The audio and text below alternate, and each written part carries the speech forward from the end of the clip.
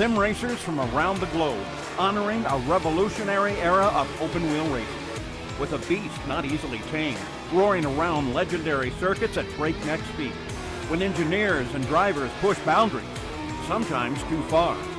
When heroes muscled roaring beast wheel to wheel around the hallowed grounds. A time when the only driver aids were his 2 feet. Perfect combination of man, machine, and speed. Experience the competition and the glory of the early 80s IndyCar action. The Lionheart Retro Series, presented by SimXperience, starts now.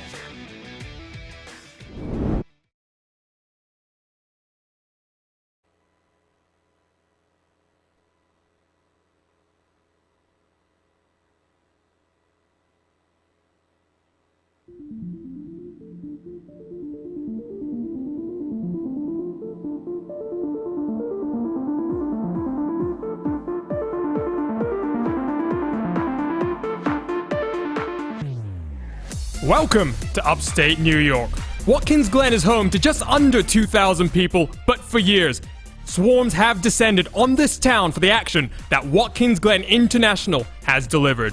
It's been 31 years since F1 visited a track increasingly deemed as dangerous in the ground effect era, but today we return virtually with the Lotus 79 to see which of the Lionheart Retro Series drivers can end the 2-year domination by Sage Karam here at the Buttkicker Grand Prix at the Glen, presented by Minus 273. Delighted you can join us for continued Lionheart coverage here live on racespottv. My name is Arjuna Kenkipati, and alongside for today's action is Dylan Coyle. TV cameras provided to us by Istvan Ballo and TrackCams22.com. Additional car cameras provided by RaceSpot's own Tyler Maxson. You can follow along with live timing and scoring using timing71.org and their world-class suite of data analysis tools. Head over there to follow along with the best in the real and virtual worlds. Let's dive right into our HyperX pre-show, because the Lionheart Racing Series is powered by HyperX, makers of premier gaming gear like the legendary ultra-comfortable Cloud line of gaming headsets. Whatever you play, however you play, HyperX knows that we're all gamers. For more information on HyperX products, visit www.hyperxgaming.com, and don't forget to use the promo code Lionheart15, that's LIONHRT15 for 15% off all orders.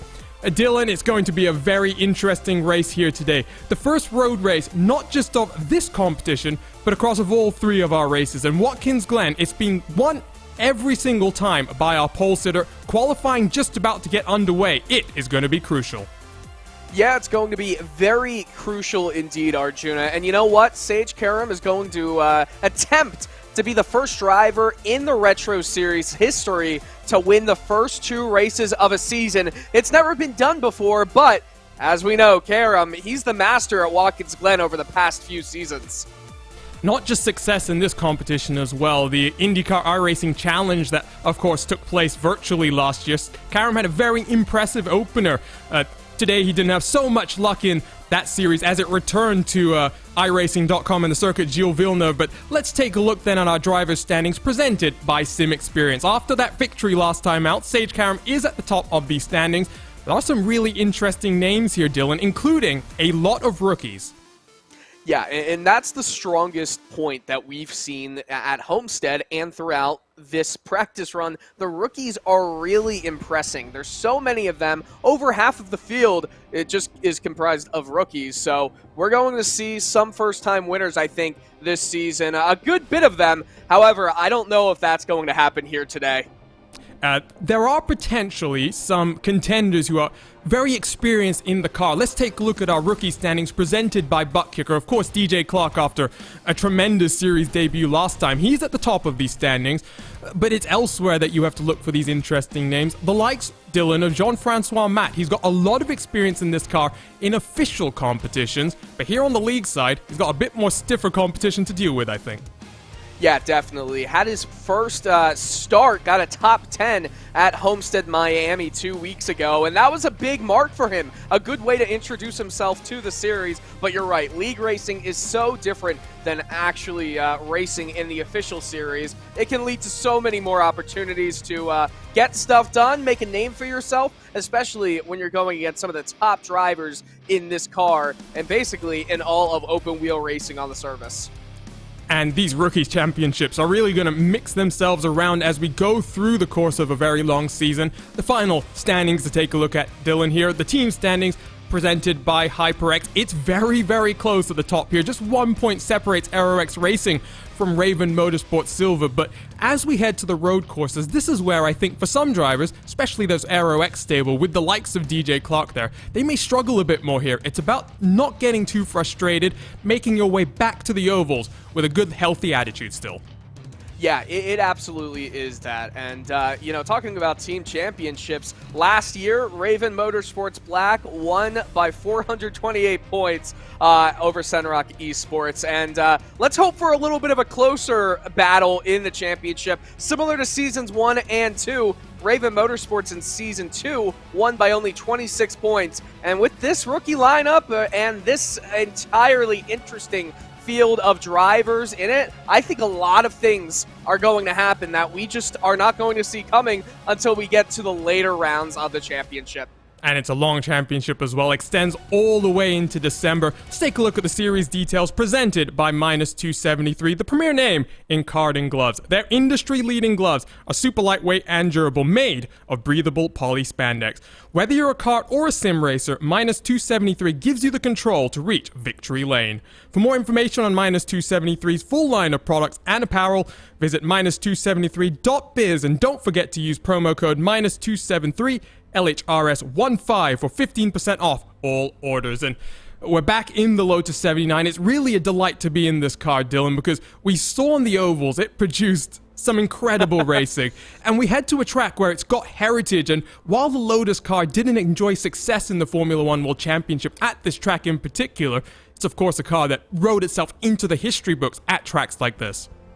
Yeah, it definitely is going to be a fun race here. Now, Watkins Glen has shown us that it really does matter. If you are on the pole, you have by far the best shot to win this race. A little factoid is just the margin of victory as well. It's the track that has got the fourth closest road course margin of victory in the Retro Series. That was in Season 2 at just over 1 second, 1.13 as a matter of fact. Last year it was just under 7 seconds that Karam won. So with fuel mileage being a thing, it's going to, it's going to come into play in a pretty spectacular way at the end. I know 17, 18 laps in, we're going to start seeing pit stops. Well, you say it's a 37-lap race. What are we going to see from that, Arjuna? We don't know. Is it going to be a one-stop? Is it going to be a two-stop? It's going to be very interesting. Qualifying is underway, so let's talk a little bit about the event details. We saw rather, defending series champion Ryan Otis. He's made a leap over into the Lionheart IndyCar Series, running full-time there. Is expected to be making a debut today, and I do see the number one car in the field. Can King Ryan come back to this series and spoil Sage Karam and his quest to go 3 for 3? You mentioned that margin of victory as well. It's a very close margin, but let's talk about this track very quickly, Dylan. Get to some of the cars out on qualifying, because I love to ride on board during qualifying. We're running the classic boot configuration here, 3.38 miles, and of course, no bus stop chicane. It is one of the most exciting tracks in American road racing. Obviously, you've got the 90, turn 1. It's going downhill. It's got a little bit of banking, and you have to make that sharp 90-degree right-hand turn before running all the way up to the S's. We're going to see a straight run.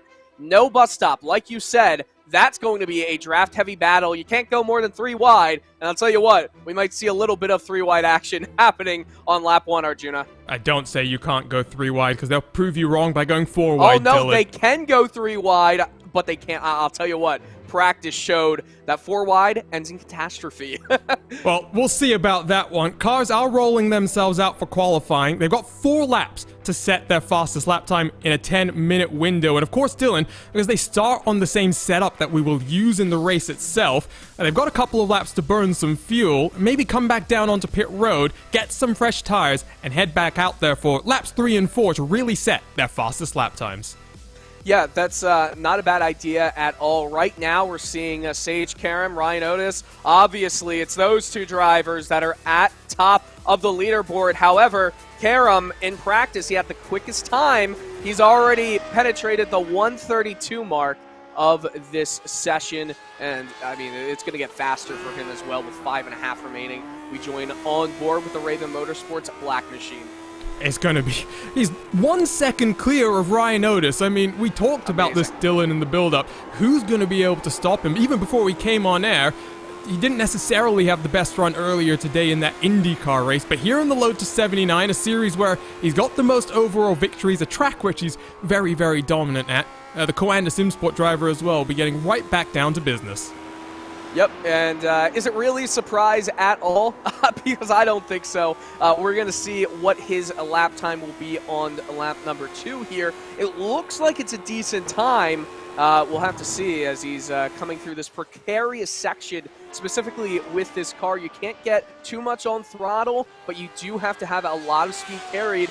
And it looks like he's going to not improve, but you got to be kidding me. Margins there, consistency on display as well from the real-life IndyCar driver. Provisionally second, Matt Taylor, who had a very impressive run in Monday night's Lionheart Speedway Series opener. Maybe got the fuel strategy slightly wrong, but he will have one of our onboard cameras for today's race, so I'm sure we'll be watching along with him, Dylan, because he's definitely a car that's got a lot of speed underneath him, and here on the ovals, he's going to be battling it out with Ryan Otis, it looks like. Yeah, absolutely. He has only one race win at Motegi last season. This will be his 11th start in the series, and you know what? He could be somebody that is a force to be reckoned with. If he can have a strong showing here, that's going to make a huge difference in the drivers we're potentially talking about making some championship runs. This is a driver that we were told to keep our eyes on. Lots of experience on the road courses in this car. David Surratt out of the final corner. What's it going to be for him? 1:34.027, his fastest lap so far across the line. Ooh, slightly slower, so as he will complete lap 3 in his run. The tire's potentially starting to go off here, Dylan, because the cars aren't really going faster at this point in time. Lots of cars unable to improve too much. Well, let's see what Sage Karam is able to do as he's rounding the final corner here. Remember, he was only 0.003 of a second slower that last lap around. What will it be now? Did he go quicker? He did. Just about. Oh, just about. I don't think that difference is going to be huge with the way he's dominated here. No, and it does look as though then, for the 5th year in a row, lights to flag victory might be on offer. But again, we mentioned it, Dylan. There's so many different scenarios. Exactly, and it's not just scenarios on fuel, it's scenarios in traffic as well. At a track like this where the delta across the field right now is 3 seconds, Sage Karam is going to have to contend with lap traffic in this race. Yeah, he absolutely will, and that's going to be a huge indicator, too, as he gets a little bit wide there on the exit going into the chute. But, you know, it will be interesting to see how he handles traffic. I will say that what we've seen last week with all of the respect and hard racing given in the tightest battles ever that we saw, you know what? I think that drivers are going to be respectful. I don't know if there's going to be that much traffic. I think they'll get strung out a little bit here, but it is a huge field that we will be seeing around 34 strong. So Ricky Harding across the line hasn't set a lap time yet, and after a very impressive showing in our season opener, Dylan, provisionally 32nd, well, he'll be looking then, I think, at these ovals maybe at a bit more of redemption, because 3.3 seconds off the place. He's got 1 lap now to do or die. Yeah, 1 lap, and it's going to have to count for all the marbles. We'll see what he's able to do here. Karam has just ended his qualifying run, by the way. He's done. He does not improve on his time, but as he comes into the far end of the circuit, very close to the apex there, and you do have to run a little bit wide coming down into the chute. Such a precarious portion of the course here. I say so many parts are dangerous, are hard to work around, because you can so easily put a little too much foot on the throttle and get the car turned around. And just so much raw power at your disposal as well. And I think one of the reasons why this track in particular became known for increasing danger levels in the ground effect era is just how bumpy it can be. Brief moment over any one of these bumps can really send you around with not much notice and not much time to react as well. But Harding then 44 seconds left in qualifying. An important couple of corners left for him. 120 as he comes into the penultimate corner. Has not been the quickest lap time so far. And as he makes his way out of the final corner, great camera shot there from the tires. 133, 134. He's not going to improve too much here, Dylan. I think Ricky Harding, no, he does improve. He goes up to 20th. That is a marked improvement there, up 14 positions. Wow, a great lap time for him compared to what he was just dealing with in the 136s. Now he'll still be in the thick of traffic. I don't know if it's better to be starting 20th with how this field may start the race or else. So the seconds tick away in qualifying then. Let's run it on over into the race and go trackside to take a look at our Buttkicker starting grid.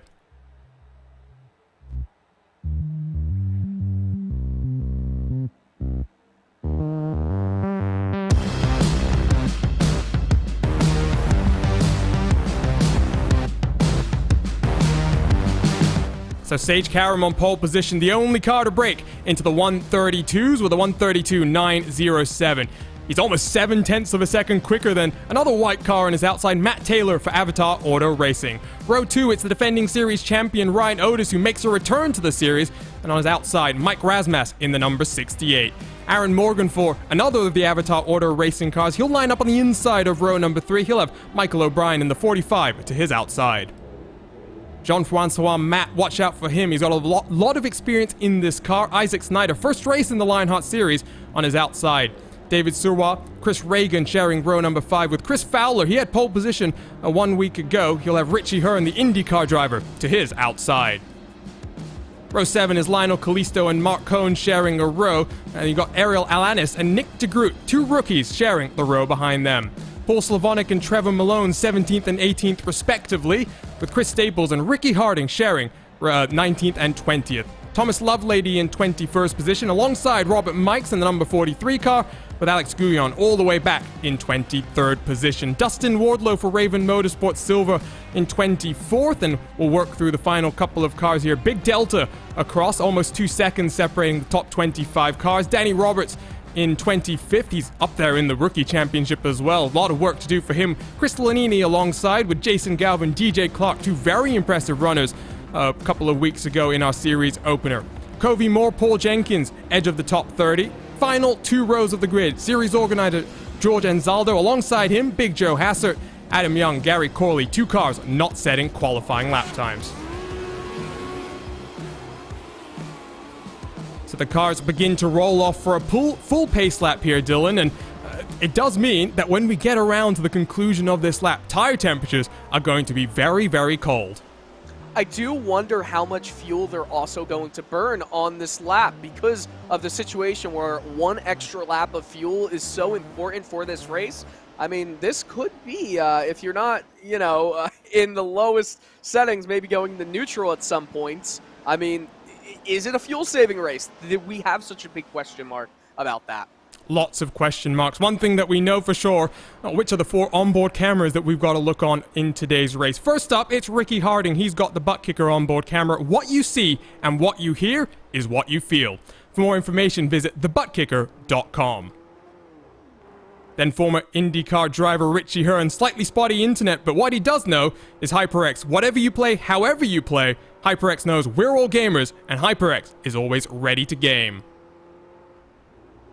Mark Cohn has the -273 onboard camera. -273, the premier name in karting gloves. Visit -273.biz.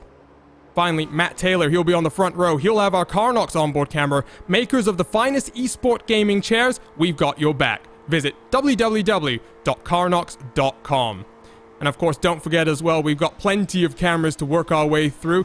Onboard cameras on every single car in today's grid, as well as the wonderful TV cameras provided by Istvan Ballo and TrackCams22.com.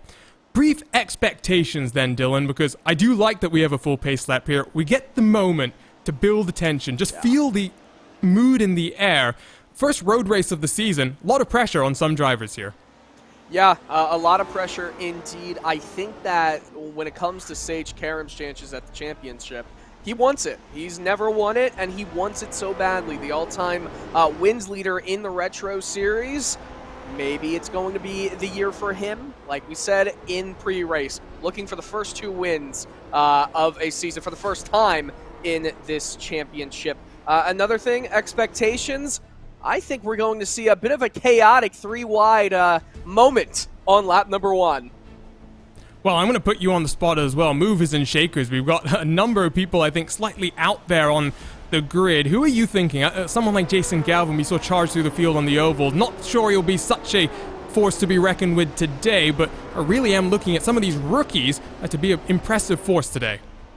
I think we might see Mark Cohn and maybe Jean-Francois Matt make a little bit of a run for a top 5, top 10. So, about to get underway for 125 miles and 37 laps in upstate New York. Competition, commitment, excitement. This is Lionheart, and Sage Karam wants to go 3 for 3 here at the Watkins Glen International Circuit. We're happy you can join us on racespottv for continued Lionheart Racing Series coverage, and let's get underway with the Buttkicker Grand Prix at the Glen.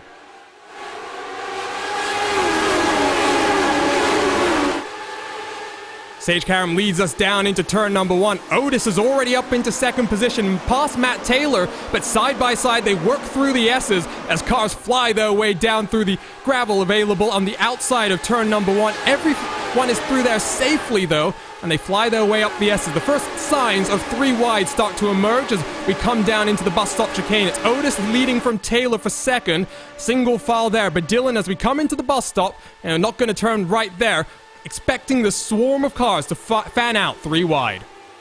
Yeah, Richie Hearn had a big issue. He locked up the front left tire and went into the grass, lost a bunch of positions, but kept the car out of any damage trouble. 2 wide going into the chute. That's Ricky Harding in 22nd position. Behind him, Robert Mike, Alex Guyon. There's a big, angry swarm of cars going the way through the boot for the first time. On the outside is Chris Reagan battling with Chris Fowler. It's very interesting to see lots of cars trying to make aggressive passes early. There's Mark Cohn trying to find some way to get past as well. Richie Hearn looks to the outside as we come down into this corner here. At the front of your field, Sage Karam, though, with a 0.7 of a second advantage as we rejoin this regular part of the track, Dylan. He's going to be very comfortable now for this first stint of the race. Oh my goodness, I mean, this lead, look at that. He just knows the limits, and you see the difference right there between Karam and Otis.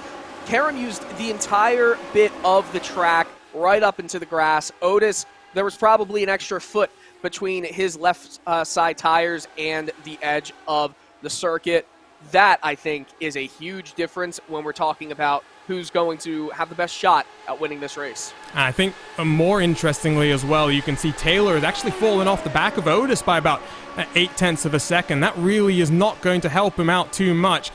Just for those curious, by the way, Adam Young down on pit road. He's had to start and park in today's race, so early retirement, unfortunately, but he'll be back in a couple of weeks' time to return. Side by side, it's number 99 of David Suarez, side by side with his teammate Jean-Francois Matt. Chris Reagan has a wonderful look of all of this action, and he'll try and get in on the fun. Looks to the outside of one of the Lavoie Motorsports cars. He's going to stick it deep under braking, Dylan, but you do not want to be on the outside there.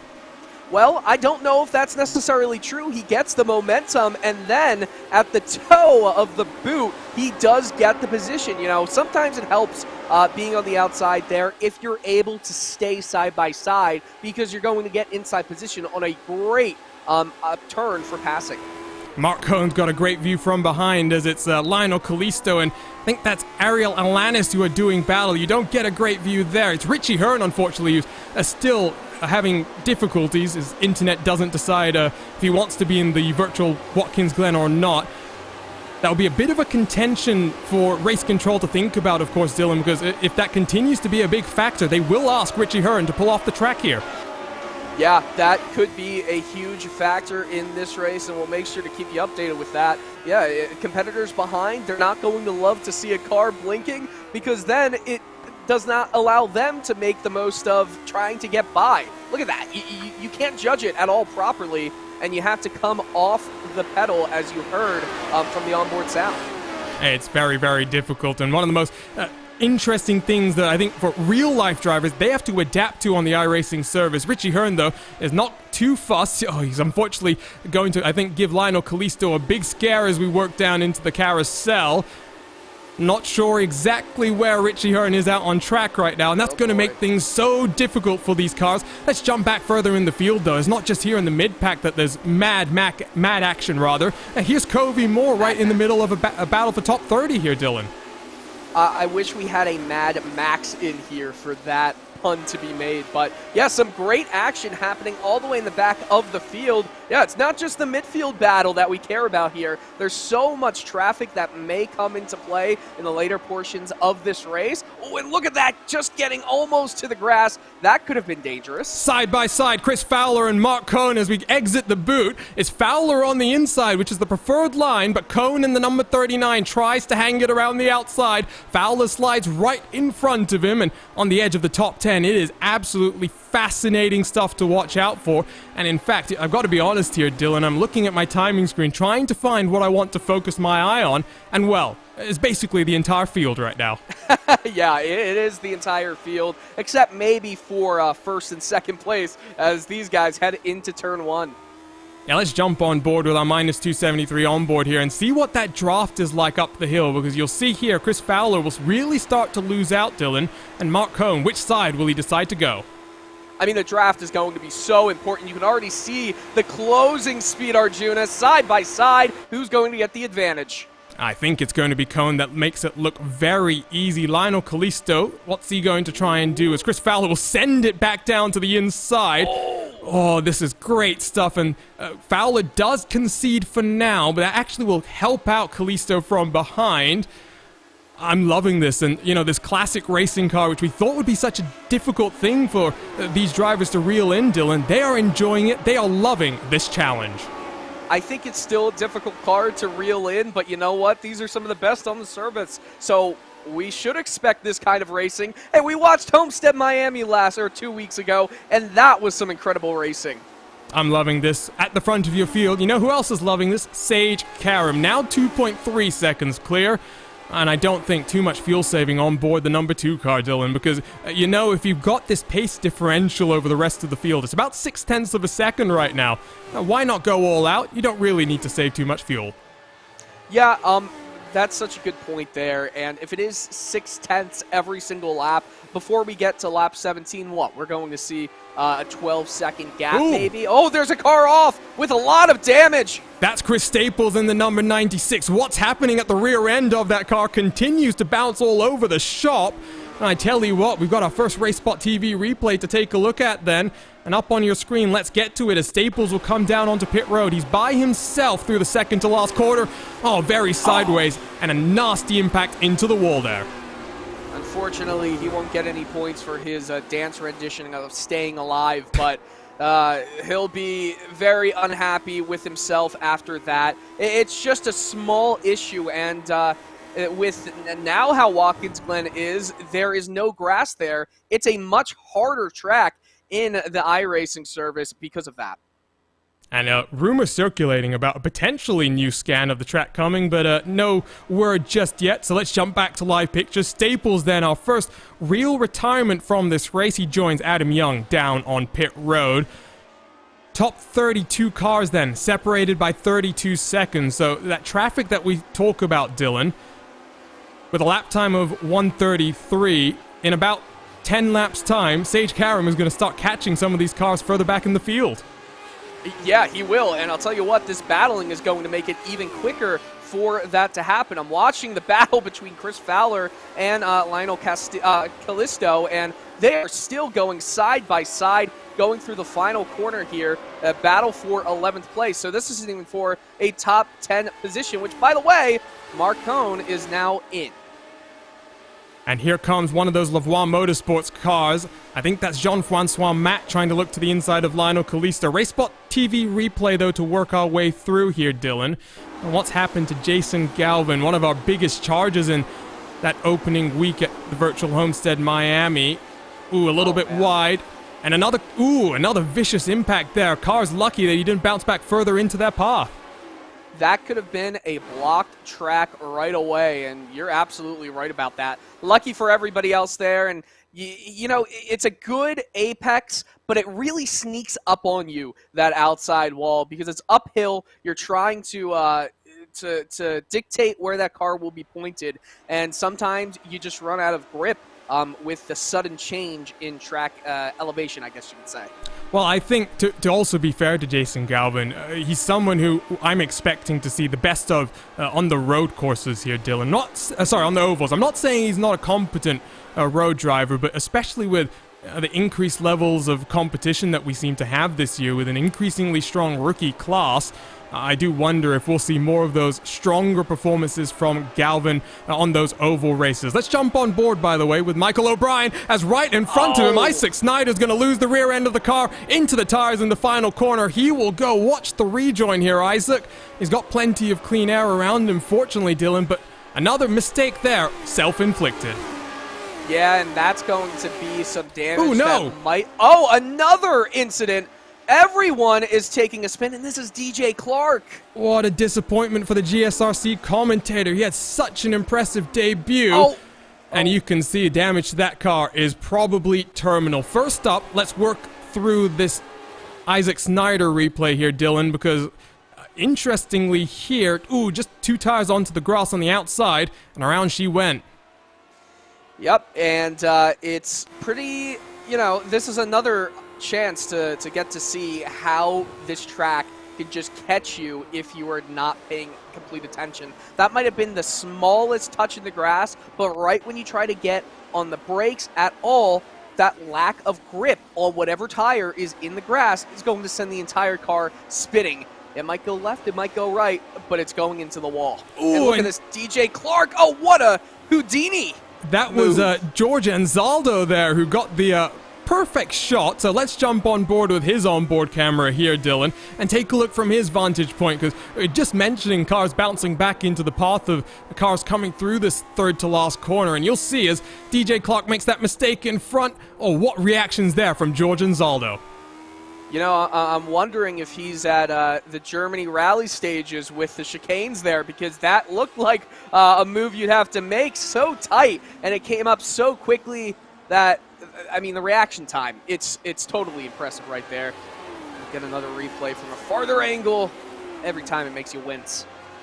It really does, and I was looking forward to seeing what Clark would be able to do. Not the greatest qualifying performance, but in races like these, attrition tends to be one of the biggest factors. Movers and shakers left-hand side of your screen then. A bit more movement than we had last time out, Dylan. You can see Roberts is up 10 positions. Much needed spots for him. Richie Hearn, he's down 16 spots. I don't know if I jinxed Cone or I jinxed Matt, because Matt's down 8 positions, Cone's up 5. So let's just call it even. Well, and Chris Fowler and Lionel Kalisto still side by side. Kalisto loses out. Mark Cone has there's moved. A car. There's an incident. I'm sorry, Jean-Francois Matt, and it looked like couldn't see the other driver. It's Paul Slavonic. And there's big damage there to Slavonic, who really enjoyed his return to competition at Homestead. Rejoins right in front of George Anzaldo and Richie Hearn. Race Control will take a look at this replay, but got a replay of our own to take a look at, and it's deep under brakes there from Jean-Francois Matt. We'll have to look at the aerial angle there, Dylan, because that's a difficult one to take a look at here. Definitely jinxed Matt. I pulled something you would do, Arjuna, but you can't go that deep at all in the corner. When you get behind a driver, you lose all that downforce in the braking path, and that's a shame for both drivers. It really is, because they were running up in the 12th or 13th spot, so a big disappointment for them. Let's talk about the front of your field for a brief moment here, Dylan, because we haven't really had to do it too much. Aaron Morgan right on the back of Matt Taylor right now. Ryan Otis has managed to break away. 2 seconds separates second and third. Yeah, that's a huge advantage at this point, but it can all be thrown away very quickly with a poor turn in, a turn out, and getting back on throttle. So even though it's 2 seconds, it does not feel like a lot when you are in the car ahead of the other drivers. A little bit of a wiggle from Matt Taylor as he comes out of the toe and moves towards the heel of the boot section. I always get that wrong, even though it should be very easy. Yes, just think about a boot, the shape of a boot, and it's the toe, the heel, and the boot. Well, and I love that. What I always got told is what comes before what, right? The toe comes before the heel if you're getting kicked. So you just got to remember that. Are you sure? Because it could go... Ooh.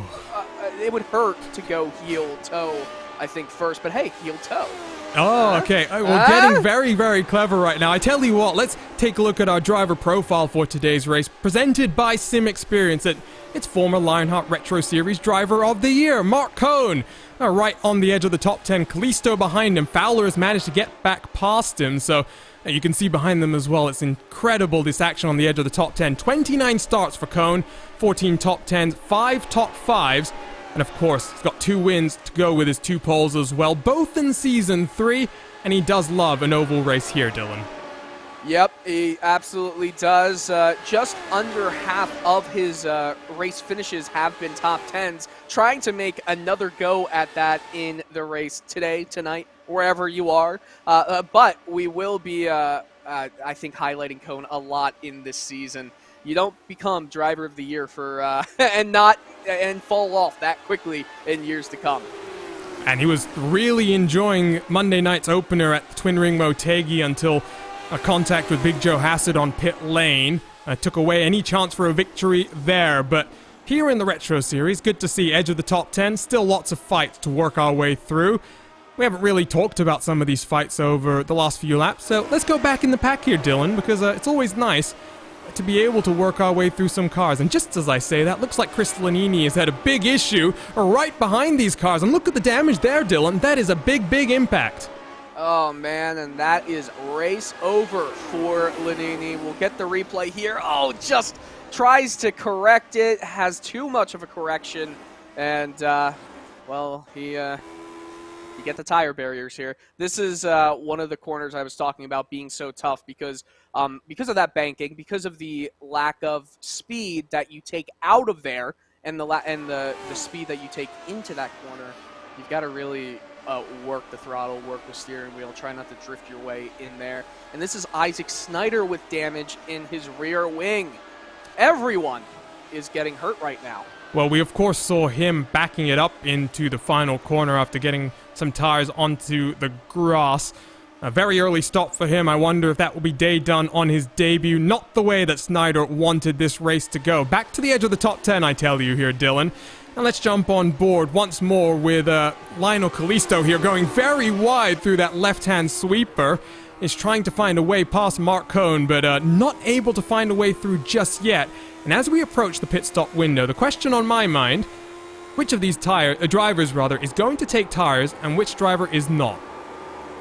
Wow, it's already lap 11. This race has been going very quickly, as races at Watkins Glen typically do. I wonder the same thing. I do feel like tires are going to be a must. There's just too many corners that you need not aerodynamic grip here because these Lotus 79 cars, they don't necessarily have so much aero that you can work with, but you will need some mechanical grip. One thing that I'm looking forward to talking about later in the season, we'll get to it after the first 5 races have been completed, but there is a Lionheart rating as well, Dylan. Not sure if you've been following along on social media here, but just like we've got iRatings, Lionheart has their own rating system that takes into account the most recent 5 races for each driver. So once we get through these opening 5 races, it'll be very interesting to see what the trends are in terms of some of these drivers. Yeah, it will be interesting to see what happens here, but look at this. This is happening. Will there be a move made by the 97?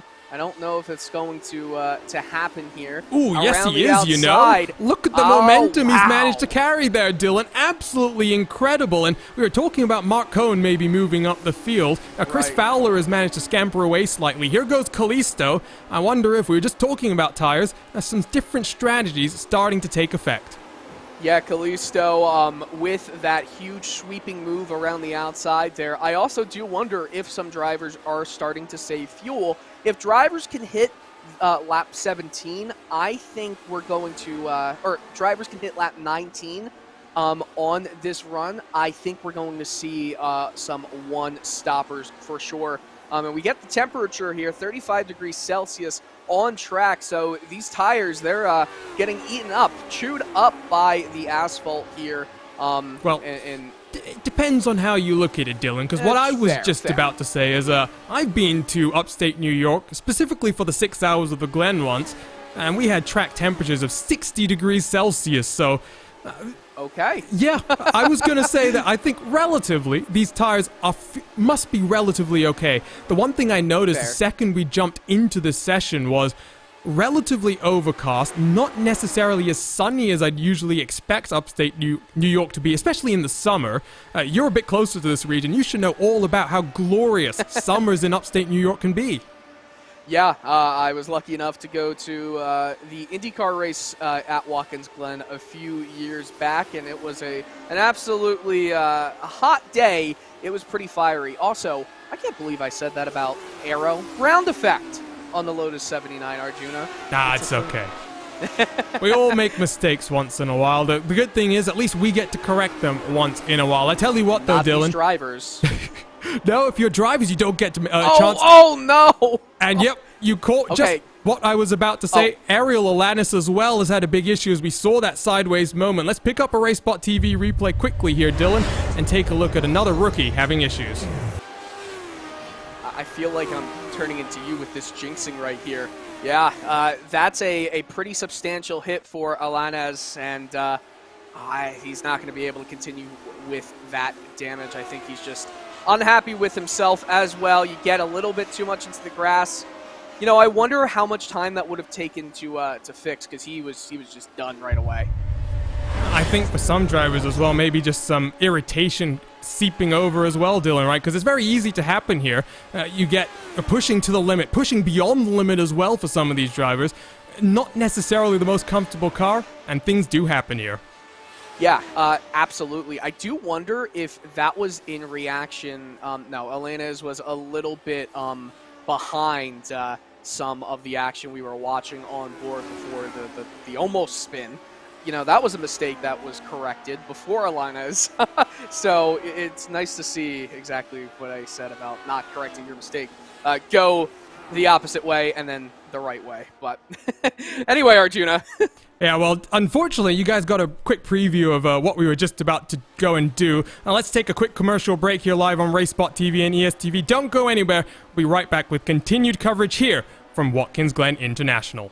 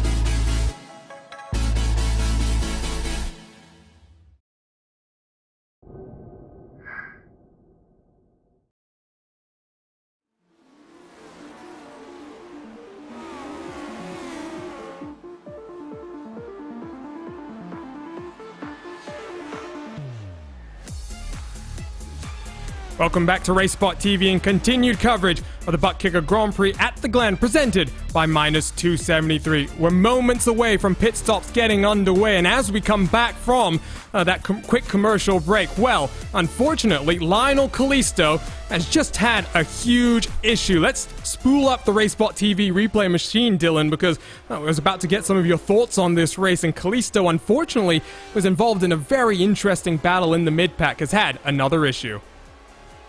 So it looks like Callisto, oh man, just took way too much energy going around that final corner. And oh my goodness, 10 out of 10.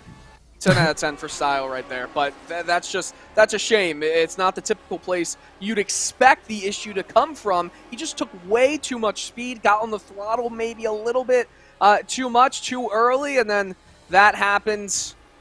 Race over.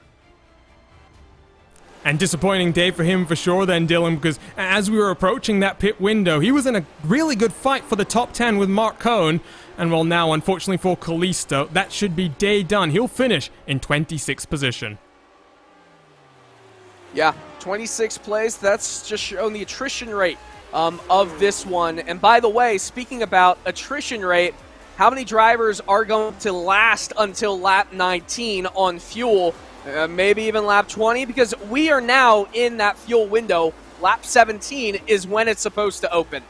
It really will open up shortly. Sage Karam leads this race now by 6.6 seconds. Ryan Otis is about 2.5 seconds clear to Matt Taylor on that third and final step of the podium. Taylor is being closed down by Aaron Morgan in the number 48 car. They've got a 5-second buffer back to Mike Rasmus. We're watching up on screen Nick DeGroot versus Robert Mikes, and we'll jump on board with the number 43 car, climbing their way up the S's here then, Dylan. And, well, for someone like Nick DeGroot, I think he really enjoyed last time at Homestead, at the motorsports.com writer, saying that he really does enjoy these virtual competitions. I mean, yeah, it's a good amount of fun, right? It's tough. It keeps your mind in the game. A potential move, though, down the inside. I don't know if he'll have the momentum going around here. Oh, wow, it looked like he just kind of backed out of it right there. Well, no need to fight too hard at this point in the race as we're coming to complete lap number 17. Sage Karam through the penultimate corner. Does he come down onto pit road this time? No, he stays out, so he should be good on fuel then to the end. It's Gary Corley who comes down, one lap down already. Interesting call then from Sage Karam here, starting lap number 18, Dylan. Yep, I am trying to see if anyone is going down pit lane besides Corley. And our first from the top pack, Michael A. O'Brien, in 6th place, is in the pits. And it looks like he's going to be the first one to get service. This is an interesting strategy call here. You might have to do some more saving in the second half of the race, but at the same token, Dylan, might just be about finding some clean air. And let's see what the pit stop time is for Michael O'Brien. Up on the jacks, will he go? Yes, he does. So he does take tires here, Dylan. And now let's wait and see how long he stays. Very quickly up and down on the jacks. That is definitely not 4 sets of tires getting changed there. Yeah, not at all. I do wonder if maybe it's left side tires because of how much the left sides at this track will be burnt through. So maybe an interesting strategy call here. It is an interesting one. Maybe it's going to work out in his favor. Someone will have to watch as this race continues to move on. He was around 20 seconds back of Karam when he did come into the pits, however. Oh, Chris Fowler, watch this happen to him. He's falling down the timing screen. Mark Cohn has already gone past. Looks like a small issue coming through the carousel. Danny Roberts will come around the outside as well now. Number 30 car up into top 9. Let's take a look at by the way.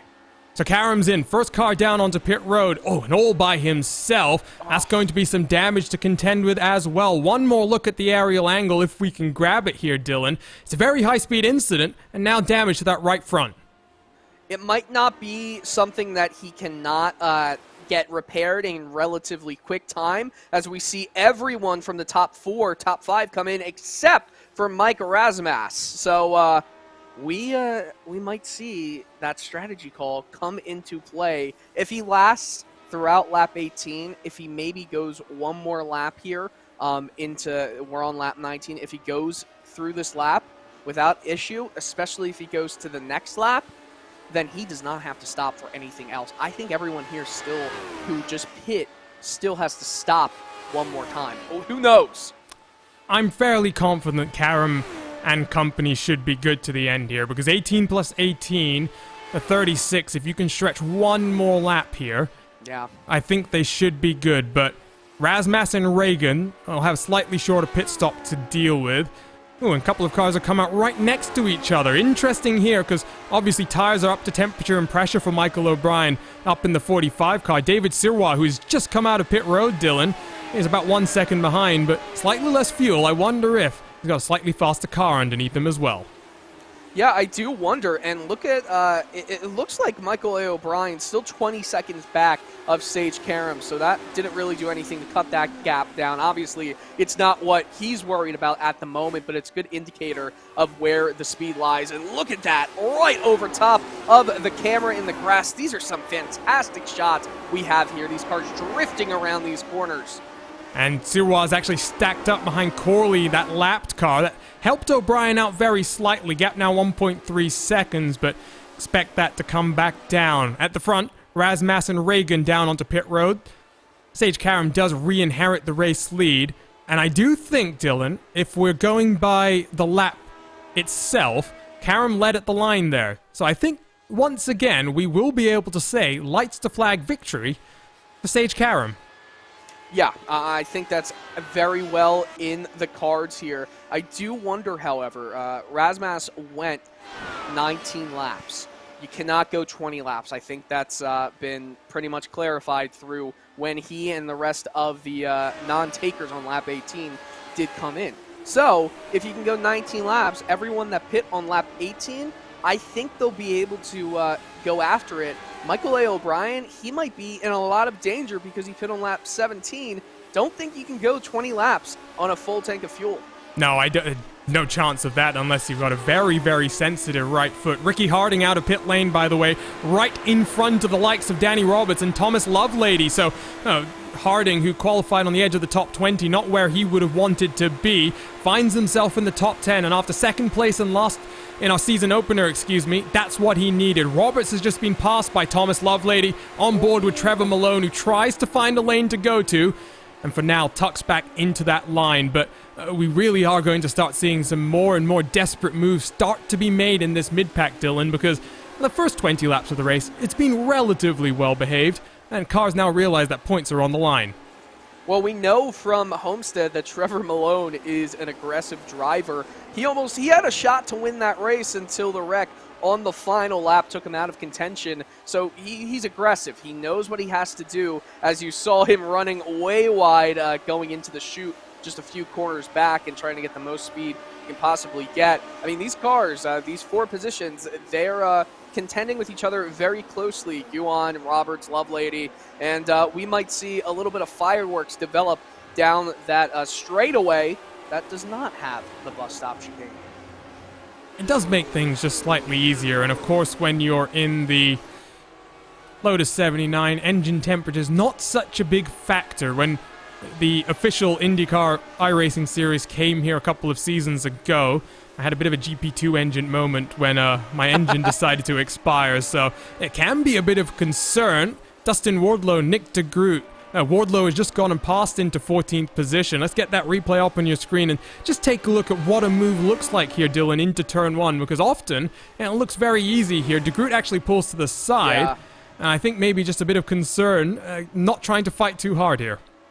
I also think if we saw at the very beginning of that replay, DeGroot blaked a little bit. So, not surprising! Oh no! Trevor Malone, that aggression does nothing to help him, and he spins right back on track. That's a dangerous spot to get spun, or spin yourself out, I should say, but he's back moving without any damage. Wardlow down the inside. Can DeGroot follow him as well? No. But of course, Malone's tires will be streaking in agony. He just tried to force his nose into a space that wasn't necessarily on here, Dylan. And we'll grab a look at this onboard and see what it looks like from his vantage point, because he was going for a position, was not ready to let it go. Yeah, you know, he could say he was being a little bit squeezed, but at the end of the day, it's on you to keep control of your car on the inside, and he was unable to do it. However, it was just tire on tire. He led him to a spin, but he's fine. The car's fine. He just lost a lot of time, though, and he's now fighting with a different group of drivers.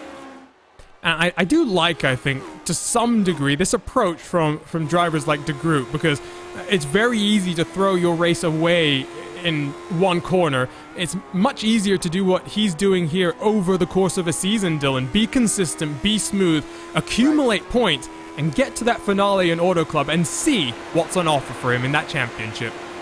That's what I try to do with my 28th place finishes on Monday night. Be consistent. But, yeah, definitely it's that consistency that makes a champion, right? We know Sage Karam is the all-time wins leader in this league. As we see Malone be able to make it work. Doesn't appear so. But we do know he's the all-time wins leader, but he's never won a championship. So that is a big thing. It's the consistency that comes into play. So definitely a good look. This is aggression personified by Malone.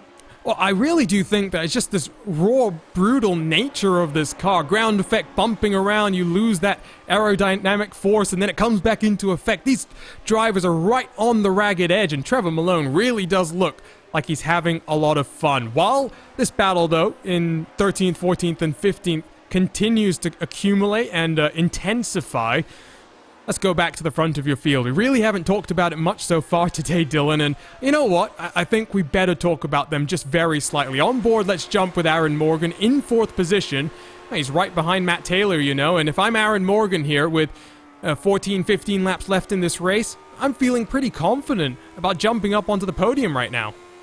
Yeah, I'd feel fairly confident with that too. He looks to be carrying a lot more speed around corners than Matt Taylor right now. You do have to wonder if it's a bit of saving that Taylor is doing. Maybe Morgan is burning up the rubber to try and get by him. We don't know, but he's 6 seconds ahead of Mike Rasmus. So you know what? It's a good possibility that he's going to be on a podium, and if not a podium, 4th place is good. And the good thing is they're 13 seconds behind your race leader, so Karamu, I said 0.6 of a second, I think, at one point, Dylan. They've done a pretty decent job, I think, in terms of keeping that gap to a driver that really does love this combination, so props on them. I think they'll make this a much more interesting championship throughout the course of the season as well. Back to Wardlow and Malone, though. Through this uphill right-hander they work, that's cambered in. Malone will use that inside to try and build his momentum up, and well, they're still side by side, you know. Dustin Wardlow is going to try and cover off under braking, I think, slightly deeper and able to hold on, but just like we saw at Homestead Miami, despite the fact that this has got a rather brutal nature for being a tough car, Dylan, these drivers really do enjoy the challenge. They're up for whatever you can throw at them in this Lotus 79. And that's really awesome to know, right? These cars are, they're beasts of their own, and these drivers are taking everything that they can get out of it, and sometimes it does lead to disaster. Sometimes it leads to your car going into the tire barrier and going out of the race. But sometimes we also see the aggression work out, and I know we're talking aggression because Trevor Malone has shown it over the course of this stint. And I'd expect to see a little bit of more out of the S's and onto the straightaway. I would not be surprised to see Malone take a victory on the ovals this season. Good run in our opener. Great momentum up the hill as well. Dustin Wardlow making his 73rd Lionheart Retro Series start. He's been a day one supporter of the series. He'll still stick it out side by side, but that teal-colored machine will sweep around the outside and up into 13th place. Makes it look very easy, but I have a feeling this battle will continue to go on all the way to the checkered flag. Malone did get a little bit loose here, but we turn our attention edge of the top 10. Ricky Harding has passed Mark Cohn here, and Thomas Lovelady in the 29 is all over the back of your former Retro Series Driver of the Year, Dylan. Yep, all over, and it's not that hard to see where the pass attempt will be made. If he has the momentum and Cohn gets a little bit loose coming out onto the normal track, as we said a bit earlier, outside the boot, maybe a pass attempt going into turn one. We did see De Groot pull over a few laps ago and let him go by, let one of the drivers go by. I think this is going to be a potential. No, I don't know. Not close enough. Thought it would be closer, but again, straightaway battles, it's going to happen. It will probably build up as we climb up the hill through the S's. It's 0.2 of a second. Let's jump back on board with the number 29 car. Build that momentum up the hill. Cone is now 0.9 of a second back from Ricky Harding. He's lost a lot of that draft effect. He'll defend the inside. Or will he? He's gonna give Thomas Lovelady the inside. He'll stick in the draft for now. That will help the number 39 car here, Dylan. And in fact, as we enter the entry to the corner, he's managed to keep enough of his car in front. Lovelady is gonna sling it down the inside, though. Cone holds on to the inside for the entry to the boot. Talk about just licking the stamp, sending it, and it being rejected and thrown right back into your face. Lovelady had the momentum, but he stayed out of the draft the entire straightaway. When you're not in the draft, you're not getting the advantage you get, but as he goes wide, Mark Cone goes a little bit wide in the toe. In the race down to the heel, it's going to be Lovelady who wins it. That's, I think, going to be very easy. Cone realizes you can't fight too much with Danny Roberts closing in from behind. Ricky Harding pulling out in front. And there you see Lovelady up to 9th. Cone down to 10th. Left side of your screen one more time, Dylan. Let's work through the movers and shakers in today's race. Harding, Lovelady. They're up 12. Roberts is up 14. We have seen a lot of attrition in this race so far. But those cars have really made it work out on track as well. Yeah, they have. It's quite impressive, and honestly, it's we expected, I think, to see a lot of the positives in the green drivers moving up the field in the top 16 because of that attrition rate. Michael A. O'Brien in the 45 car is in 22nd a lap down. 21 cars are on the lead lap, but there's been a lot of trouble for a lot of drivers that's led to a smaller field, which obviously leads to positions gained no matter what. I guess the worst drop out of the top 16 is Richie Hearn, and he's still in 16th place. Not a bad day right now. Top half of the field. Not bad at all. Here's Dustin Wardlow, Trevor Malone still side by side on the entry into this right-hand sweeper. Malone once again around the outside. We still got 11 laps to go, boys. Don't forget that. You got to get to the... We'll break out the first Murrayism of today's race. To finish first, first you have to finish. Oh, there we go. I love that. Nice one, Arjuna. Well, we're going to have a number of tributes to Murray, I think, over the course of the year. Sabine Schmidt as well, who's yes, very untimely passing due to cancer, which she had been battling over the last 3 or 4 years. Someone who, you know, Dylan, I love the Nordschleife. Yes. Yeah. Absolutely. You're a huge connoisseur of everything Nordschleife, and it's definitely a shame. You know, Sabine, you know, she lived a very long life with a lot of great things. So sometimes it's hard to celebrate and not be upset, but why not both? Oh, very true indeed. And in both cases, very little that anyone would have to say bad about either of them. Wardlow Malone still juking it out. Down through turn number 1, they'll dive. We will have a tribute to Schmidt this coming Monday on the IndyCar Open broadcast as that heads to the Nürburgring Nordschleife, so do tune in for that one. And if you want more Lionheart action, we return next week for Lionheart Speedway action on Monday and then Lionheart IndyCar action on Wednesday, Dylan. So these races are coming thick and fast. By next week, we'll be done with 6 races out of 60 this season live on racespottv and then rebroadcast on ESTV. I mean, you can't really get a much better organization for IndyCar racing here on iRacing. And with the 3 different series going on, it's a little bit of a flavor for everybody to taste and enjoy. So I certainly love all the racing we've got here, especially with the Speedway series being new. It's a great, I wouldn't even call it an experiment because it's a stay. Yeah, breaking out the classic DW12 as well. No in-car adjustments in that car. It's not been updated as much as the IR18 has recently. Lovelady, by the way, has managed to get past Ricky Harding. So let's go take a look at a replay here, Dylan, and see how that move happened, because you can see up on your screen right now it was not easy. Ricky Harding thought about it for a second and realized I think Lovelady had a bit too much momentum there. Yeah, Lovelady is burning up the rubber pretty quickly right here. I wonder if it's going to come back to hurt him.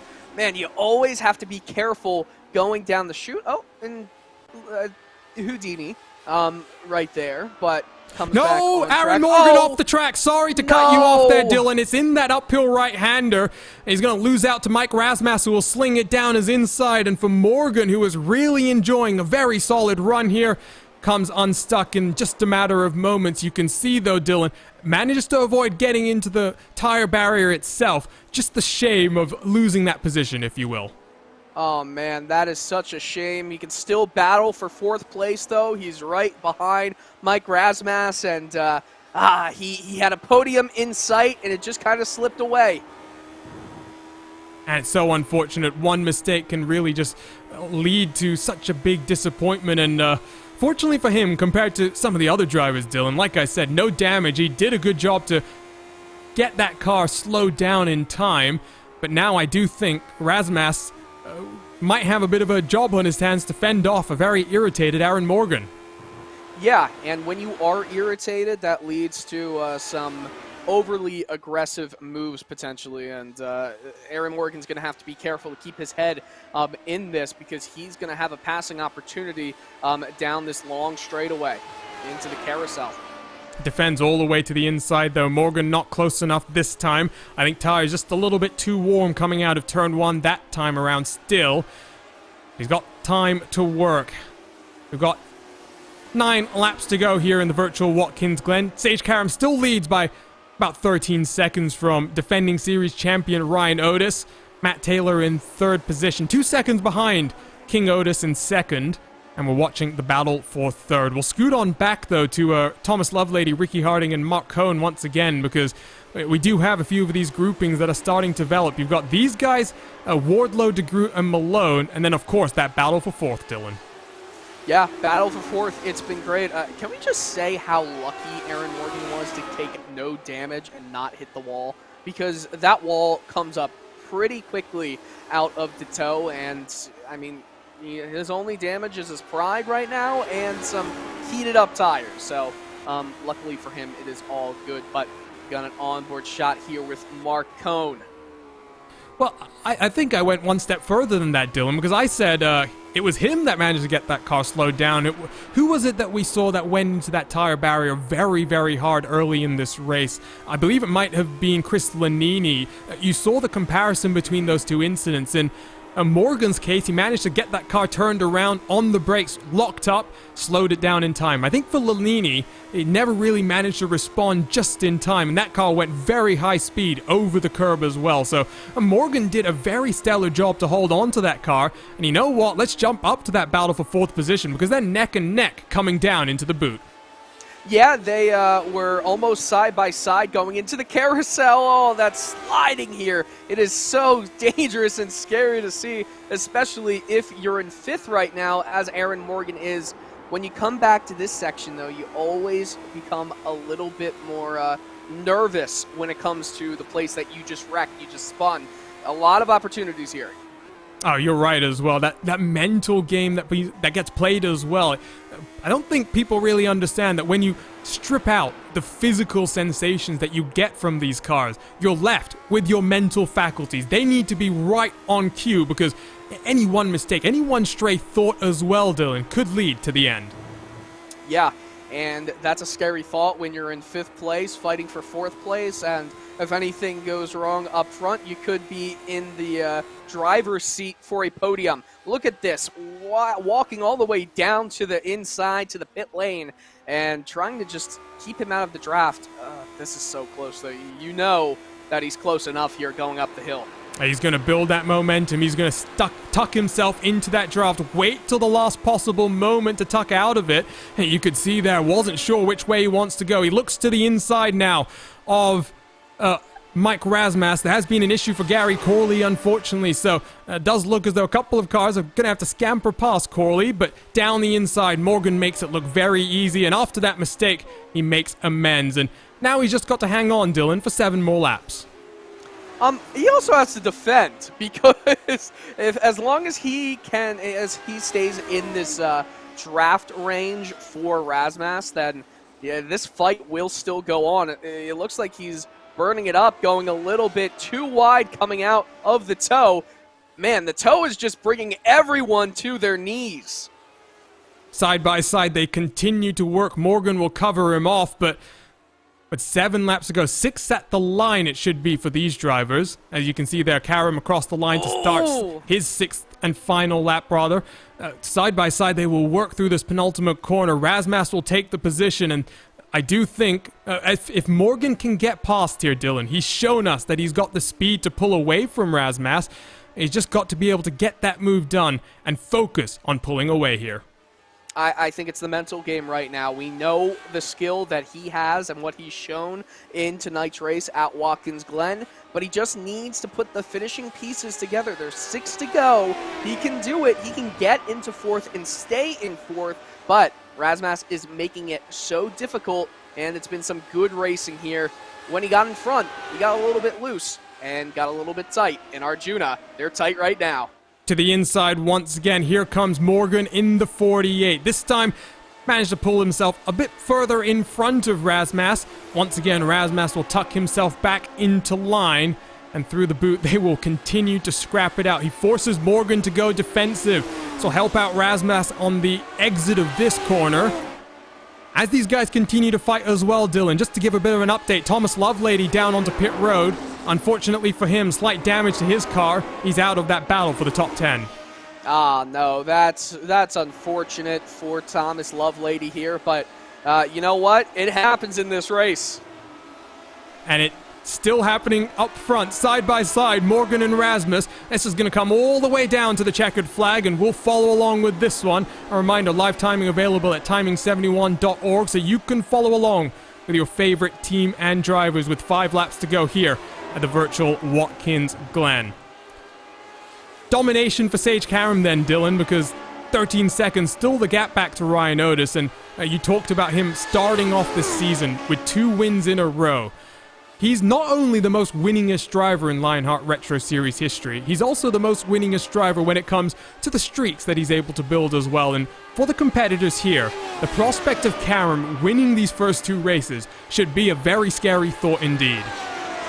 Yeah, he has, at one point, he won 3 races in a row. If he can get that momentum going here, I mean, there's no question. He's had 4 multi-wins in a row. 4 times he got consecutive wins here, as there is another attempt down the inside.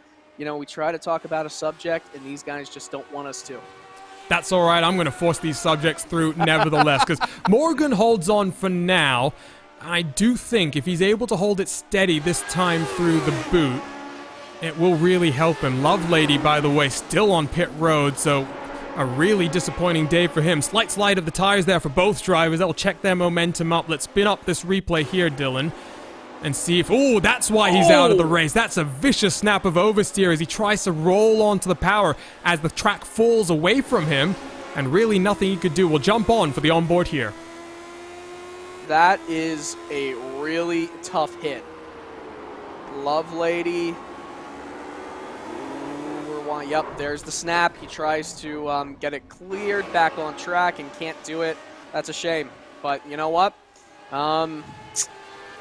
It's the snap oversteer that's killed so many drivers in this race today. And also, I just have to say, Sage Karam, I believe 2 straight laps, he got a 132.539.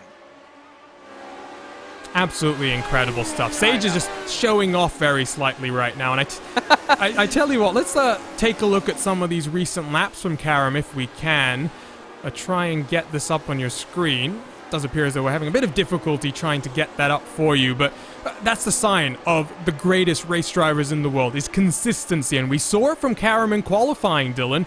It really is a mark there, and you can see, not necessarily as consecutive as you'd hope, but very consistent through the run. Yeah, not consecutive. I did think, I guess my eyes played a trick on me, but 132s, sub 133 on most of the previous few laps, except for lap 31. Oh, slacking off there, Sage. Well, I'm going to help Sage here and give him an inbuilt excuse, because lap traffic, Dylan, come on. Oh, well, you know what? Sage Karam, he can deal with the lap traffic and get a sub 133, can't he? Well, he can, but Mark Coe and Ricky Harding side by side, they work. 3 laps to go here in upstate New York. We've got battles for 4th, we've got battles for 8th, and we've got battles for 13th as well. Harding gonna lose out for now, but it's Wardlow and De Groot side by side in towards the carousel. De Groot, this is where, if you're De Groot now, you maybe start to be a bit more aggressive, Dylan. Yeah, I mean, there's no time left to be passive, right? You got to be aggressive here. You want that position, and it's got to come basically right now. Sorry, oh, Dylan. no! Oh, what an awful rejoin right there as well. Oh, and I think he reset just in time to avoid hitting another car, but let's spool this one up straight off the bat, and it's down into this very tricky right-hand braking zone. I wonder how wrong he's going to get it. It's sideways on initial entry here, and like you said, Dylan, it's this rejoin that Ricky Harding must have had his hand in his mouth. Oh, my goodness. That's... Yeah, well, we'll take a look again at what happened to lead him into the spin, and it's really just probably going with a little bit too much speed, tries to snap the wheel to the right, and it doesn't work there. Oh, man, that's so close. Finally, the heel gets a little bit of action. It does, for the corner that's the most tricky in the IndyCar, or used to be the trickiest on the older tire model, finally catches someone out. Side-by-side Cone and Harding will work. I think Harding will get the position for now, but with 2 laps to go, you're in this position, Dylan. We've done lots of races like this. You don't want to lead at the white flag. You want to be that car that gets the tow up the hill. Yes, you do want to be the car that, on the last lap, you maybe want to be the car that's behind in a battle, because that's going to make the entire difference in the field. By the way, Sage Karam, are you kidding me? You want to know his lap time? Last lap? A 1:32.026. What is he doing? What? There are Amazing. There are 3 drivers that have broken into the 32s over the course of this race. Sage Karam, Ryan Otis, and Matt Taylor. Otis's fastest lap, a 32.682. Taylor's fastest lap, a 32.753, but both of them have been 1 second slower over the last few laps. Sage Karam has really found that extra gear to slide his car into, Dylan. And I did mention at the top of the show, the Lotus 79 did not have the best track record here in the real world. It's great to see that it's producing some amazing stuff. Look at this, Razmas and Morgan scrapping it out for 4th position. 2 laps to go here. Yeah, and you also have to remember fuel is running low, so these cars are a lot lighter here. That will lead to some more aggression here. Will he get the move done on the outside? Maybe he'll just get a better run running down to the heel. Very sideways, though, at the exit off the corner. Don't think he'll be close enough to pull alongside to send it under braking, but he thinks about licking the stamp and then realizes he's got to think better of that. White flag in the air then for Sage Karam as he crosses the start-finish line. Very dominant day. 14 seconds is the gap back into Ryan Otis and Matt Taylor then, Dylan, and we expected some domination here, but you do often want to talk about a driver a little bit more than we have today. Yeah, usually when you're up at the very top of the leaderboard, you're getting a lot more attention. Not Sage Karam, who is about to go into rare territory. It's never been done. 2 wins in a row to start the season, Arjuna. And well-deserved as well. If you're curious, by the way, David Sirwa has had to come down onto pit road to at least 1 car. Paul Jenkins having a big issue coming down into the entry of the boot there as well. But just moments to go. We'll spin things around. Here is Morgan and Razmas still side by side. They come down into the carousel section. They'll continue to do battle as we wait for Sage Karam to come out of the boot. It's a championship that I know he wants to win. 14 race victories so far and no championship yet to speak of. Often, Karam is the dominant force, not just on the road, but on the ovals as well. For too long, he's been counted out. This is his season. This is his time to shine. With 2 race victories to kick off the season, it's the IndyCar driver Sage Karam that takes victory here in the Buttkicker Grand Prix at the Glen, presented by Minus 273. What a fun performance it's been for him, but let's watch for these battles to continue to rage on. It's still Morgan versus Razmas through the 3rd to final quarter. Morgan has got the momentum for now, but into the penultimate corner. 1 more opportunity for Razmas to sling it down the inside in a true Daniel Ricciardo scent. I'll think better of that one. It'll be Morgan that holds on to 4th. Razmas will take 5th. And Dylan, where is Ricky Harding and Mark Cohn? Yeah, we're trying to figure that out right here because they're very close to each other. Mark Cohn, this is a battle for 8th place into the heel. They're still right neck and neck.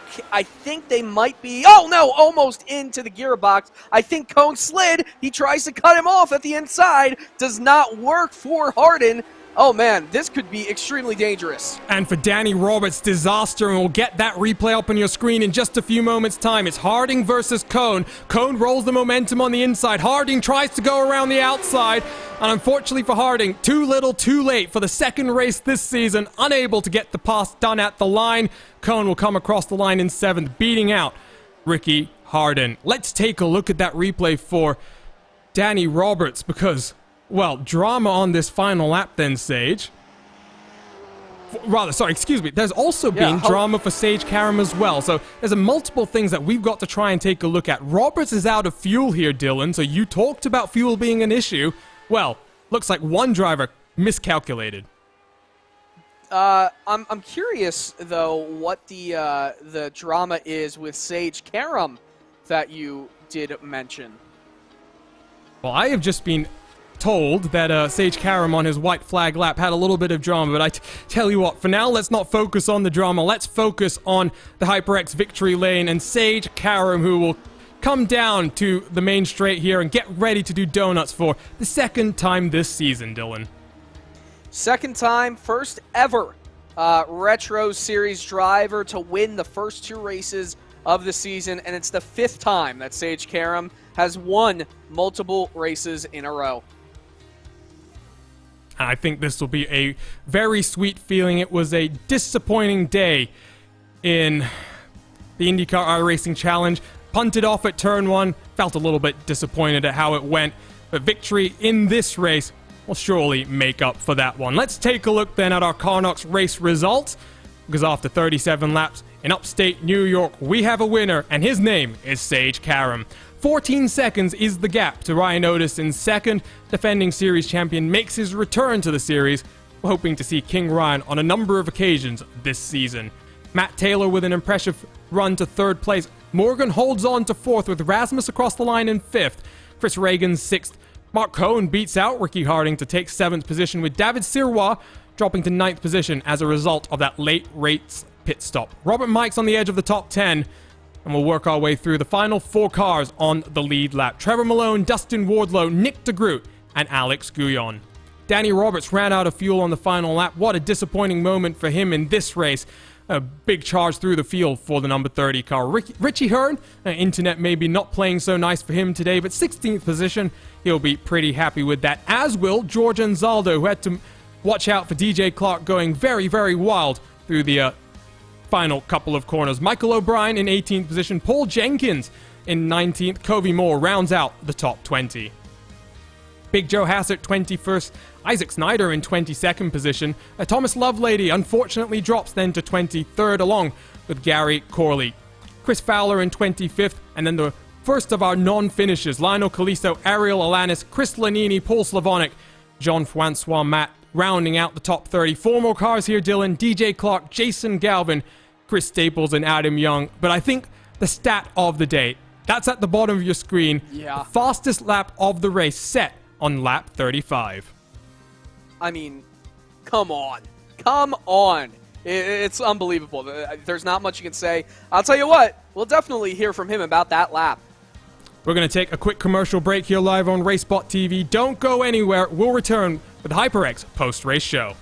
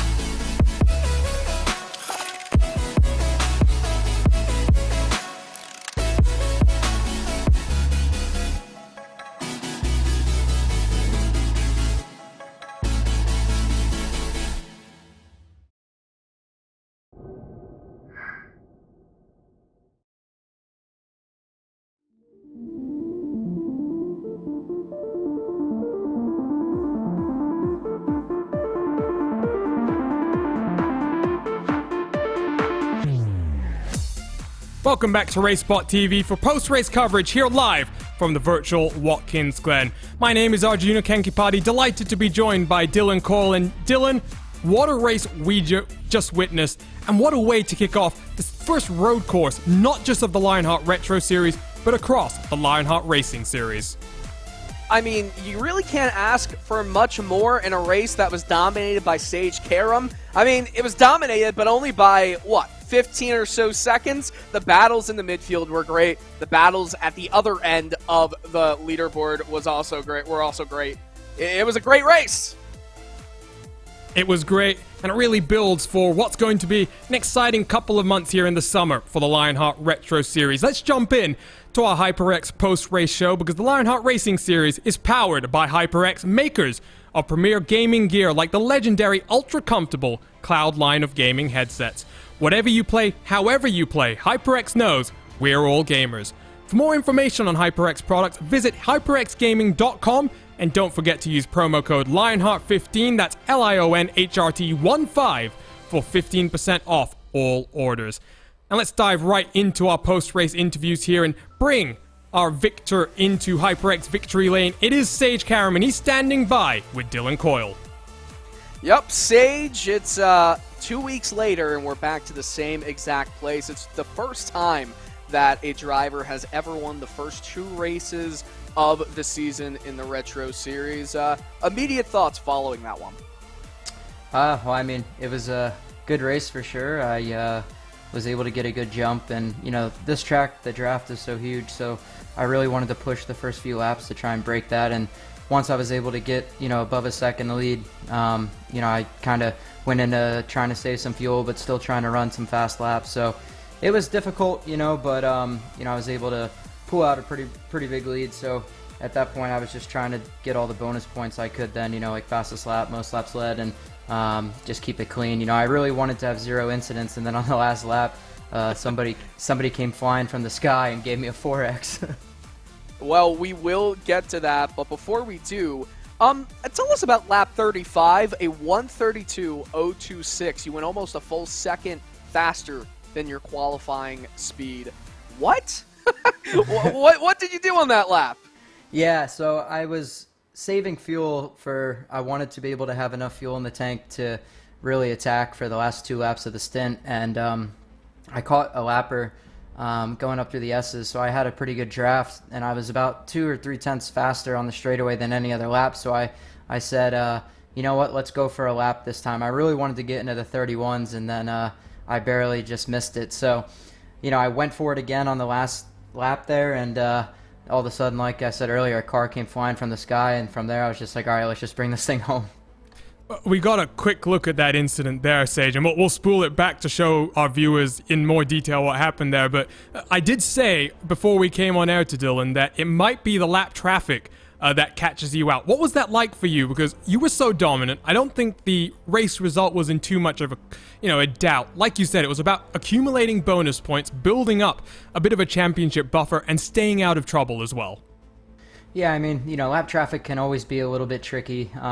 Sometimes when you're going up to pass them, you don't know if they're going to go right or left, and thankfully I had a big enough lead where I could be a little bit more cautious around it. But yeah, I mean, obviously, I think the biggest worry is, you have a car spinning in front of you, or a couple cars tangled up, and, when somebody's spinning or up in the air or whatever, they don't have any control really. So you really just got to pick which way to go and pray. And unfortunately, that's all part of it, but thankfully we got away with it today. One final question for you, Sage, before we let you go. Not such an easy day in the return of the iRacing IndyCar Challenge. This must have felt like a much more welcome return to competition. Two race victories this season already.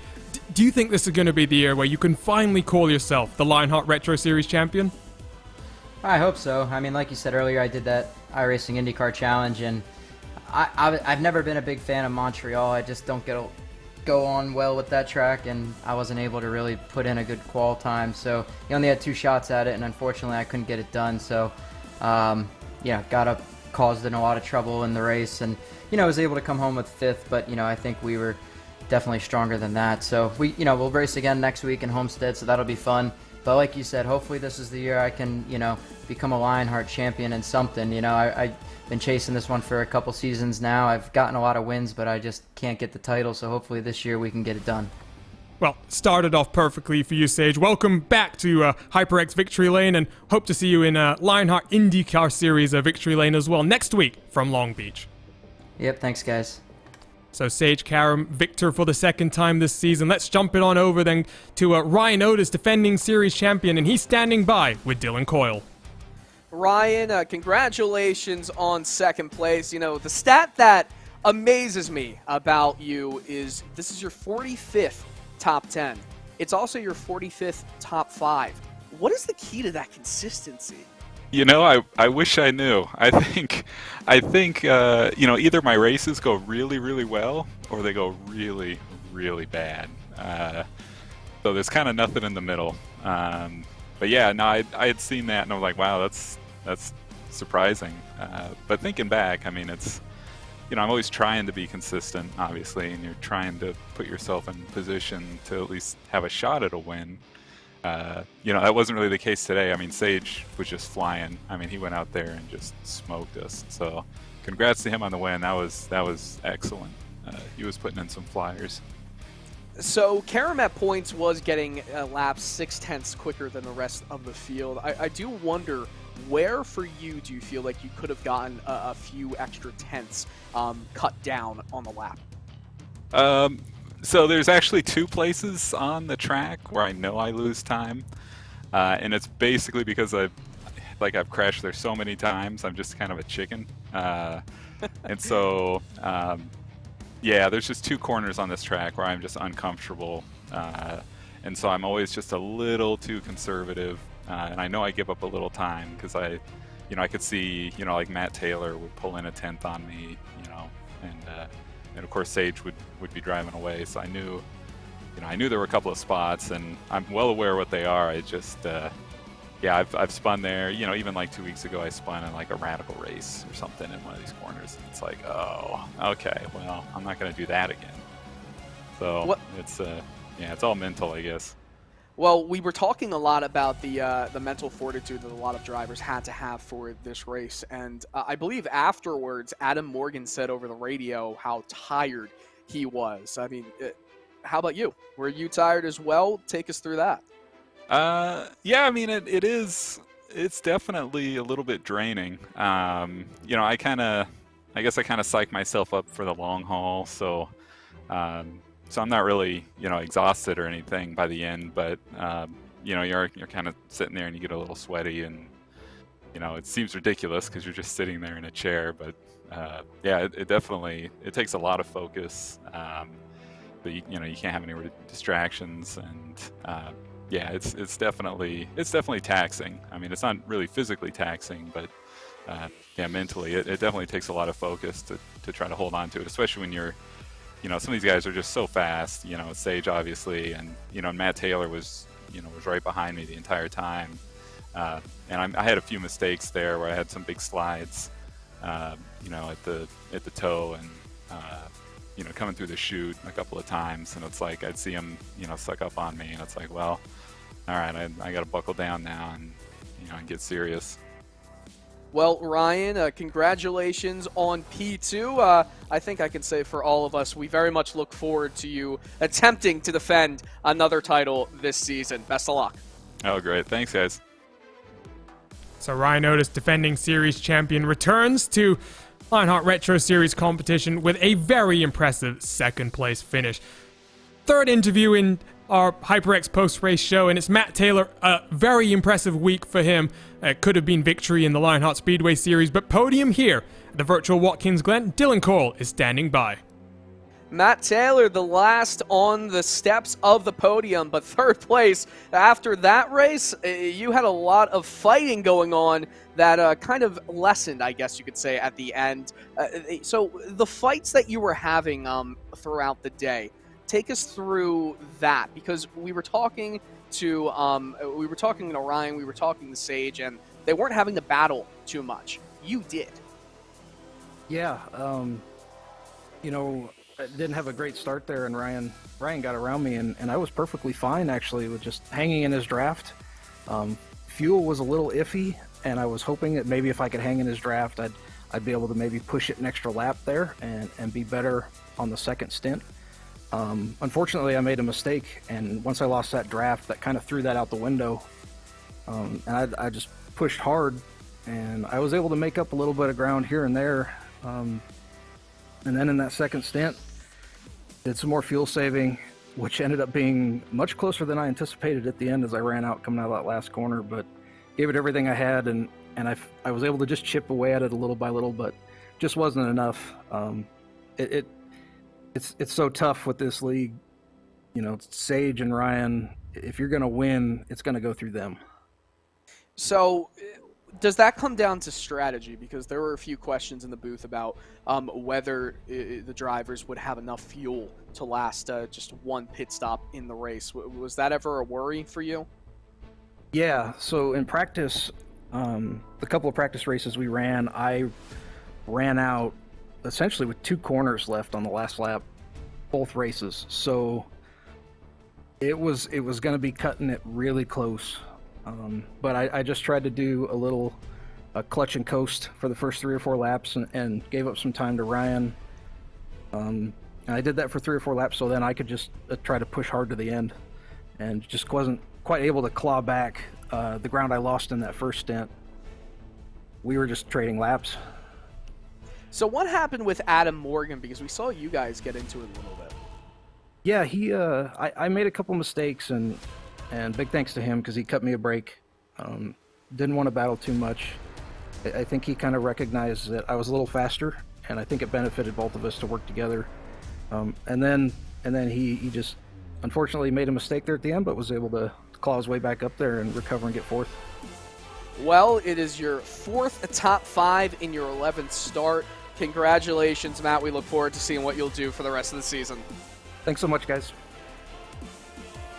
So Matt Taylor, 3rd and final step of the podium. A very impressive week for him. And Dylan, 37 laps here. And wow, now I'm really looking forward to some of the road courses that we'll go to this season. Let's take a look at a series schedule if we can as we wrap up this HyperX post-race show. Return in a couple of weeks' time from a short track, the Phoenix Raceway. But next up on the road courses, Mosport, then Phillip Island, then Mid-Ohio, then Sonoma, and then Silverstone, Long Beach, and Road America at the closing end of the season. I think that this is going to be a really interesting run to the championship. The question is, who can challenge Sage Karam on the on the road courses? Well, you know what? Mosport and Phillip Island, they're fast road courses. I do think that Watkins Glen is an oval racer's favorite road course, if that makes sense, through the banked curves, through almost 90-degree, 180-degree angle turns. And Mosport, it's pretty similar in the speed aspect. Phillip Island as well. So we're going to see a lot of interesting action in the next few races here. But Phoenix is in 2 weeks, and if the first oval was anything to look at and take stock of, I wonder what's going to happen at a shorter track in Phoenix. And you have to think as well that when you don't have the level of grip to necessarily roll the momentum, it's going to be all about the drivers, how much they're willing to push, how much grip they have as well. Before we say goodbye then, let's take the opportunity to thank the various sponsors of the Lionheart series, because there's a lot of people that make this happen, and it starts with SimXperience, sponsors of this series. The SimXperience AccuForce Pro V2 is the premier professional simulation racing steering system. The key to its incredible realism is the groundbreaking direct drive motor control system, providing a driving experience that's second only to the real thing. For more information on the entire SimXperience ecosystem, visit simexperience.com. The Lionheart Racing Series is powered by HyperX, makers of premier gaming gear like the legendary ultra-comfortable Cloud line of gaming headsets. Whatever you play, however you play, HyperX knows we're all gamers. For more information on HyperX products, visit hyperxgaming.com, and don't forget to use promo code Lionheart15, that's LIONHRT15, for 15% off all orders.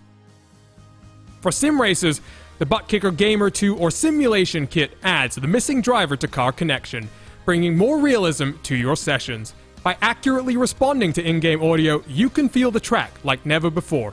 providing increased vehicle handling and faster lap times. Are you ready for the most immersive experience in all of sim racing? For more information, visit thebuttkicker.com and don't forget to use promo code LION2021 for 20% off all orders. Minus 273 is the premier name in karting gloves. Their industry-leading gloves are super lightweight and durable, made of breathable poly spandex. Whether you're a kart or sim racer, Minus 273 gives you the control to reach victory lane. For more information on Minus 273's full line of gloves and apparel, visit minus273.biz and don't forget to use promo code minus273LHRS15 for 15% off all orders. Looking for entertaining sim racing content, including a rather lively battle all the way to the checkered flag from this very race at Watkins Glen? Look no further than the DMLC Racing channel. Follow former Lionheart Retro Series Driver of the Year Mark Cohn's racing escapades as he battles for wins and avoids wrecks with cat-like reflexes, all while providing commentary sure to make you laugh, cry, or both. Follow along by subscribing at the DMLC Racing channel on YouTube and like his Facebook page at the DMLC Racing channel. It's not just those sponsors, it's all the ones up on your screen at this time as well. For more information on all of these names, visit LionheartRacingSeries.com for more, where you can also find sign-up information for all 3 Lionheart series.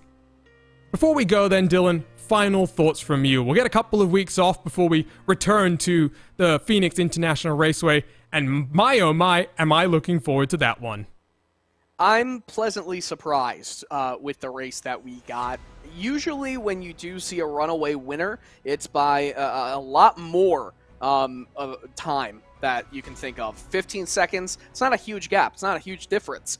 But that wasn't where the battle was held. It was held in the midfield, in the back, and everyone had a bit of the pie, and it ended up being pretty tasty. Maybe we'll see the same then in a couple of weeks' time from Phoenix. But if you want more Lionheart Racing Series action, remember, you can follow along with the various social media channels at Lionheart Series to stay up to date with all 3 Lionheart competitions. And you can follow us on RaceSpottv as well to stay connected with us and all the great sim racing series we get to cover. If you're not already subscribed on YouTube, you should hit that red button and the bell next to it to get notified every single time we go live with the great sim racing series we get to cover. Next week, more Lionheart competition from the Lionheart Speedway Series and the IndyCar Series. But for now, thank you for tuning in to RaceSpottv, and on behalf of the entire team behind me, my name is Arjuna Kankipati. I've been joined by Dylan Cole for today's actions. We've had TV cameras provided by Istvan Ballo and TrackCams22.com. Additional car cameras provided by RaceSpot's own Tyler Maxson. Live timing and scoring powered by our partners at timing71.org. You can follow along with the best in the real and virtual world using their world-class suite of data analysis tools. So long for now, but we'll see you live on RaceSpottv for more Lionheart Racing Series action.